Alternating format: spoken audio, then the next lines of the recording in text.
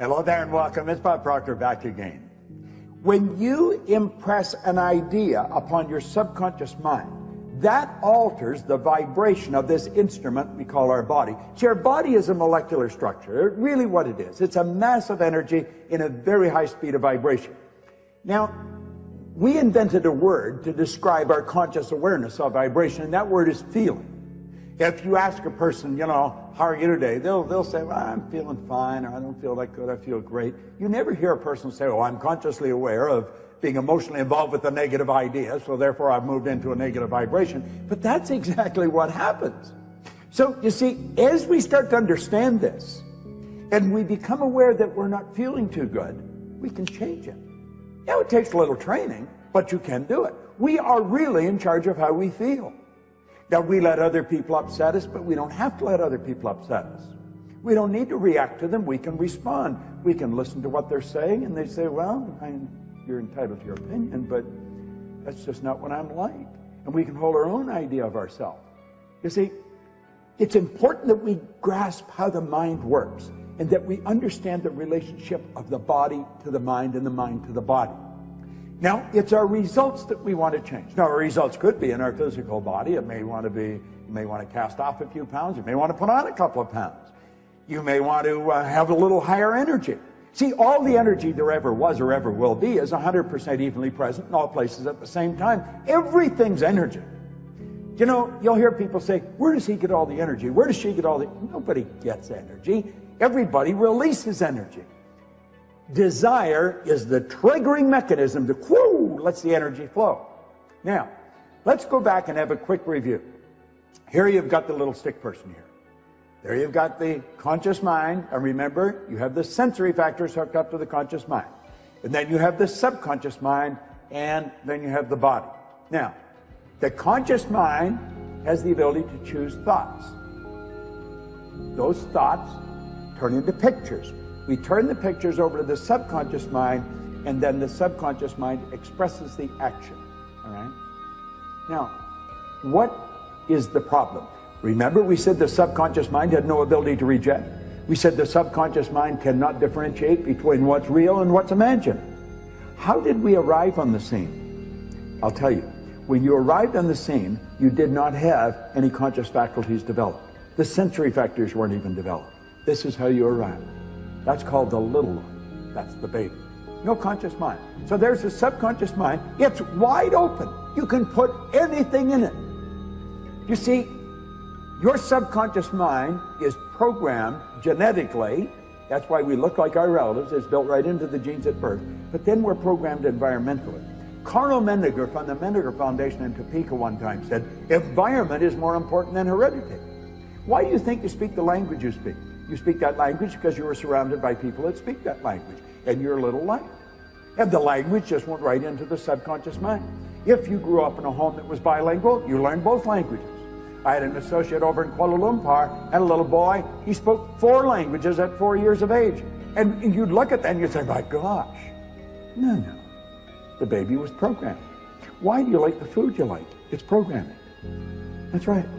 Now, let's stop and think about the environment we were raised in. Here's the baby, and look at the ideas and the thoughts and the concepts that are going on around that baby are going right into that baby's subconscious mind.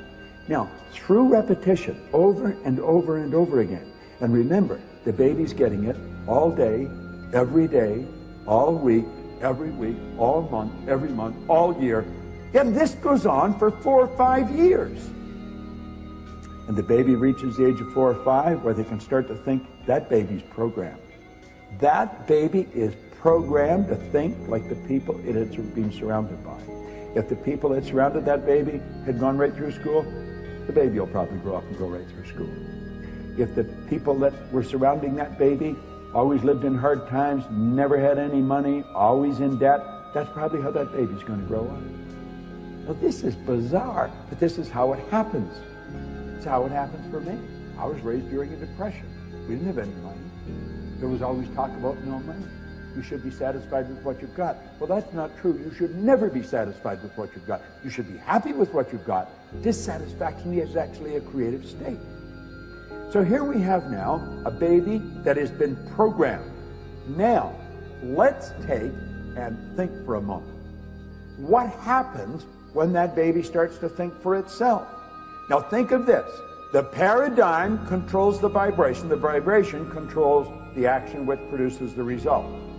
Now here we go. Here you got the baby with the paradigm, and the conscious faculties have developed. They have the ability to think. There's a power flowing into them. What are they going to think? They're going to think thoughts that are in harmony with that paradigm. That's right. We've been raised to believe you go to work to earn money. Do you know that working is the very worst way to earn money? That's right. You should go to work for satisfaction, not for money. You provide service for money. You can earn money while you're sleeping. In fact, we have programs where we teach people to actually earn more money while they're sleeping than they'll ever need to use while they're awake. You say, well, that's a pipe dream. No, no. That's a paradigm that causes you to think that's a pipe dream. There's people doing that that are nowhere near as bright as you. But here we are now. We've got the person. They've been programmed in their little life genetically and environmentally. That paradigm is nothing but a multitude of habits. A habit is an idea that's been programmed into the subconscious mind over and over and over again. Now, the paradigm is literally controlling the behavior. Consciously, you can think of one thing, but subconsciously, the other idea will be controlling you. See, we can sit down and we can read these self-help books, we can listen to the recordings, and we say, yeah, well, I can do that. That makes sense. That's logical. But then we can't do it. Why? Now, think of this for a moment. I want you to imagine that you're going to accept an idea right now to turn your annual income to a monthly income. You say, well, I'd like that, but will you do it? Probably not. Your paradigm will stop you. See, your paradigm literally controls the results. Now, let's think of how the paradigm was formed. The paradigm was formed through repetition. The idea is being planted in your subconscious mind. Now, understand, your paradigm dictates your logic. Your paradigm controls how you utilize your time. Your paradigm controls your perception of situations. Your paradigm controls your effectiveness. Your paradigm controls the amount of money you earn. If you want to change your life, you must change your paradigm.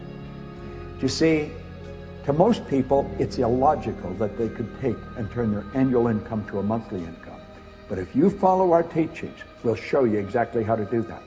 We'll show you how to accomplish anything you want to accomplish, because what we're focused on is showing you how to change the paradigm. When the paradigm's changed, your life changes. It's a beautiful concept. It's an absolutely phenomenal concept. Now you know why you're getting the results you're getting. It has nothing to do with your intellect. Your intellect, you can figure out how to do things. That doesn't mean you're going to do them. You'll hear people say, I believe that, but their behavior would indicate they've never even heard of it. Why? We believe something on a conscious level. On a subconscious level, the paradigm believes something else. There's a word called praxis. Praxis is the integration of belief with behavior. We've got to take the beliefs that we have consciously, that we determine by thinking, and plant them in the place of the old belief. See, I used to believe that I couldn't do anything better than I was doing. I felt fortunate that I was on the fire department. The idea of building a company that operated all around the world, furthest thing from my mind. But you know something? As I changed my paradigm, my whole world changed. That's what we do. That's what it's all about. You've got to change your paradigm if you want to change your life. Now, you can study all you want. If you don't gain an understanding how to alter that program, and that's what the paradigm is, it's a program. It's a multitude of concepts that are fixed in your subconscious mind that literally control your behavior. It's a beautiful concept to understand. It's a terrible if you don't understand it, because it literally controls your life. Why do you think most people go right through their life and keep getting the same results year after year after year? Well, it's just the way it is, and they don't know. We should be taught this in school, but we're not. How was the paradigm formed? Through the repetition of information. How's the paradigm changed? Repetition of information. Now let's suppose you're having a difficult time with money. You find that you got more going out than coming in. You've got to change your concept about money. How do you do that? Through the repetition of an idea. That's where affirmations comes in. I'll give you one that I've been using for years. I am so happy and grateful now that money comes to me in increasing quantities through multiple sources on a continuous basis. I am so happy and grateful now that money comes to me in increasing quantities through multiple sources on a continuous basis. You don't just say that once or twice. You've got to repeat that maybe 1,000 times a day, every day for maybe 90 days. And you'll start to change your whole concept about money. Wealthy people all have multiple sources of income. Now I'm going to tell you what happened to me. I drove around with a battery-operated record player and a long playing record. And I played it over and over again every day for probably a couple of years. This was so totally illogical. It was behavior. Everybody thought I was losing it. And I'm reading the same book every day, Think and Grow Rich. As a matter of fact, I'm still reading the same book. And it was the repetition of Earl Nightingale's information in the book that changed the paradigm. I didn't know what I was doing. I didn't understand what I was doing, but I did it.